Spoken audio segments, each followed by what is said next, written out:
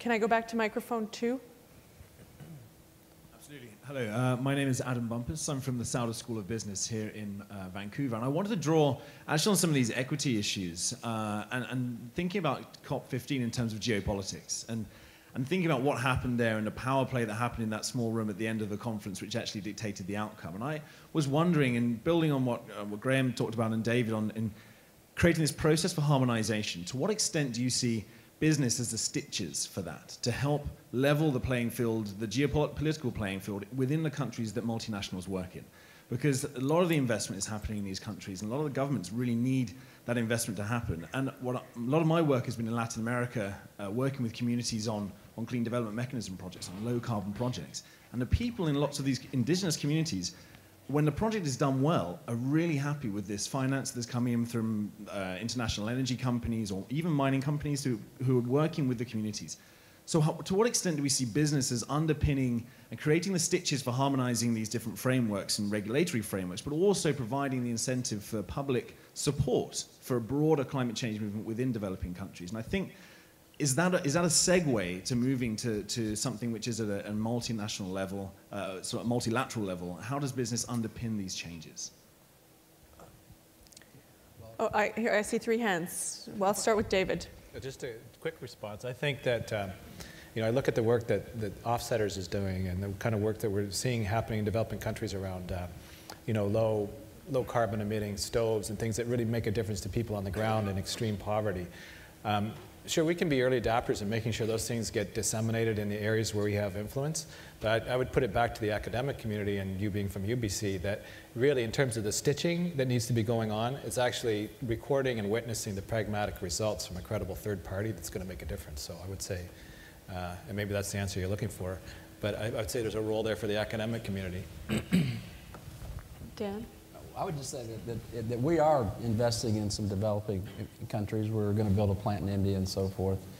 And to me, it's businesses putting their latest technology in those investments. That they don't put, the technology just 15 years ago. They take the latest technology and employ it in those markets for local consumption. All of our plants, and we manufacture on 4 continents and so forth, it's all to service local markets and give the latest technology to raise the standard of living for the people that live there, and give them our best technology for those marketplaces. So multinational companies that invest in those emerging markets, to me, like us, are going to give the latest technology and raise the standard of living there. Dan Gagnon? And as far as policy goes, I'll put it over here. Well, I want to address Joan's question. Sure. I mean, in a way that's very pragmatic. You have to remember, no matter how big a multinational company is or how well-intentioned it is not government. It is not elected. It is not accountable to anybody but its shareholders and to society in general. So you can blame them, you can incentivize them, you can celebrate the ones who do the right things for the right reasons. But they're certainly not governments. Secondly, I think there is an equity issue. There's a huge equity issue. People have raised it around the table. Mm-hmm. In many ways, the leading companies around the world put poverty alleviation in the communities in which they work as a priority. If you go on the World Business Council for Sustainable Development site, you'll see it there. You'll see it there as well coming out of the consultations in Davos this year.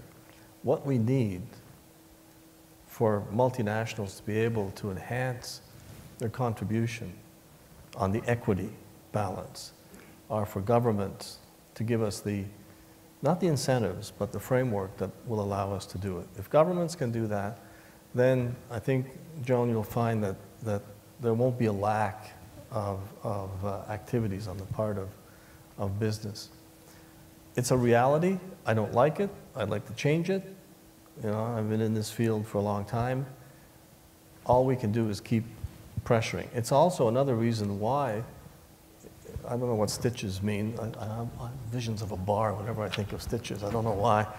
But the new channels, the new involvement also has to let these large global companies bring forward their best practices in terms of working with communities and solving some of the poverty issues, some of the experiences that they've had on the ground, because they're meaningful. I lived through some of them, and I can tell you, I've gone into communities where the only thing I could do was, well, maybe not a manly thing to do, was really cry about just how bad it was.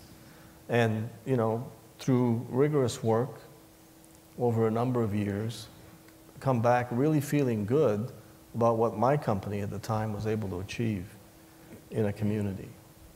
And I have to tell you that in my experience, most of the work where we've had success have involved not just the community, but the women in those communities, especially in developing countries, because it's the women who are the caretakers and the educators and the ones who are a dynamic force in those communities. Sure.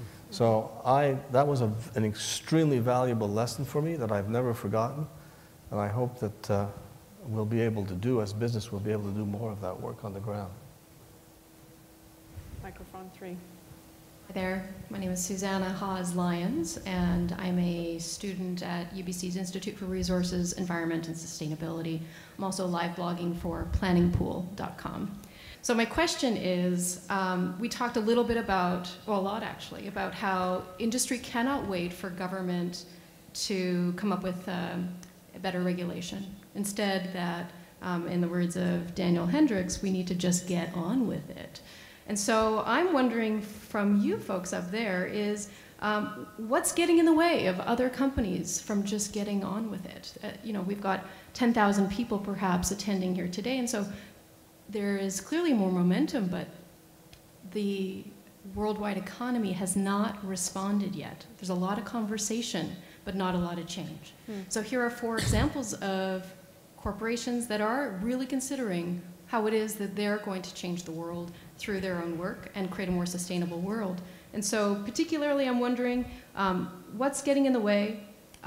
We've talked about sharing success examples, but is there, you know, other key levers that you would apply? You know, is the moral imperative even a question to bring into the business conversation?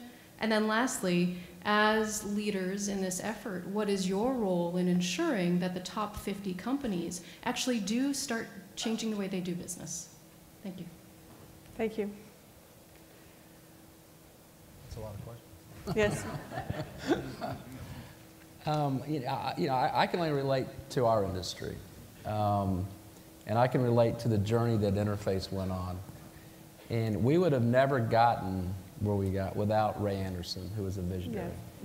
Yeah. And so the reason companies don't get on with it is because their CEO doesn't get it, in my opinion. It's tough work. And there's a lot of, I think somebody down here mentioned the ROI investment. You know, a lot of this gets stopped by the financial guys. When You were a CFO, right? I was a CFO, and I had some pretty interesting moments with our founder, Ray Anderson, because I was always taking what we call CEAs, were capital expenditure authorizations, and I would just throw them aside and not sign them and wait for Ray to walk in for me to be forced to sign them. But it's tough. It's tough, and you have to tap into a higher purpose with your people. You have to have a believer. You have to be willing to say that when I make this investment, that we're going to make improvements in that investment, and the ROI will improve. But if I'm looking for a payback of 35%, I'm not going to get it on paper. But the thing that people forget is the benefit with your customer base. I've got one example where I became a believer was Ray Anderson wanted to put the largest solar array in City of Industry in California. And it had a 99-year payback. And I just refused to approve that CA. And it was a pretty significant investment. And the government was paying for 75% of it. And Ray finally walked in my office and he said, just sign the damn thing, Dan. And I said, well, Ray, there's no payback. And he says, what about if we made solar-made carpet? He said, this solar array will make solar-made carpet. And I'll be darned if we didn't have the biggest project in California because we sold them solar-made carpet. And it's just the marketplace and what you'll get on the sales side of the equation doesn't get factored in at the CFO level, that return on investment. And you have to have a lot of things on faith. And that's hard because you have shareholders, you have a board, and a lot of them say, what's the return this quarter? You know, what's the return this year? And those are tough decisions you have to make, and you have to have a board that's willing to make a longer-term investment in that strategy. And Wall Street hated Interface. From 1994 to 2004, they hated Interface. They called us a bunch of tree huggers. You know, today we're sort of the darling on Wall Street because we're green. But you have to change the paradigm, and you have to have a CEO that's willing to go the whole road, to take those risks. Graham? A lot of them aren't. Yeah, so I think that's the key point. It is about the chief executive and the leadership that his executive leaders set for the company. It is about making the case for getting on with what you're getting on with, so that the shareholders understand and value what you do. Because that's going to be different for different folks. And, you know, it is tough making those cases on occasion. But certainly I see one of my roles within Royal Dutch Shell to make that case. That's why we have this job. If it was easy, we wouldn't need me. So we work hard to stay focused on what we believe are the right getting on with it things, and then to make sure that we deliver those and explain clearly, both to the public at large, because those are the customers, and to the investors, why doing these things makes sense. And that's what builds the momentum that carries the program forward. Now, we're running out of time. Folks, I've got 3 questioners. And so can I ask you if you would keep your questions short? And maybe I'll let the 3 questioners ask their questions, and then we'll have a final round. Okay, so we have quick wins, role of government, role of business, and sectoral for target. So, Graham.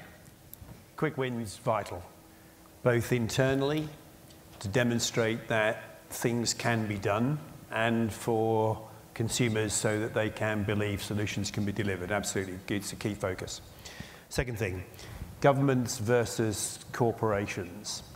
So at the risk of making this even more obscure, I'm going to say what we do a lot is polarize the conversation so that we end up with an or choice. It's either these guys or it's those guys. Right. It's either this or it's that. Right. And this problem is not amenable to or dialectic. This is an and conversation. Both and this is what's so hard in this space. So much of it is an and conversation, and sometimes it's multiple ands. So it isn't governments or corporations. It is governments and corporations, and that's why it's hard. Last bit, sectors, yes, could well be an essential part of the mix. Could regard forestry as a sectoral kind of an agreement, and I think at least some of us did mention the fact that we thought that and REDD+ were possibly good exemplars of how things could be progressed. Dan, since you're always so crisp, last word to you. Well, I would say on the quick wins, you clearly have to have quick wins, and I agree with David 100%. You know, you have to give the people on the floor the license to succeed and fail. And that's a big part of the failure part. Interface introduced the most sustainable product the industry ever saw called Selenium, and it was 100% product failure. And nobody lost their job over that. We learned from that. So the quick wins are there because success breeds success breeds success. But it does start at the CEO level and then gives people a license to innovate and fund those innovation ideas. As far as government goes, level the playing field. I agree with David again. Create a framework where you've got investment that creates innovation, but the companies are the ones that are going to have to execute those innovative ideas that government helps fund. If you'd please join me in thanking the panel.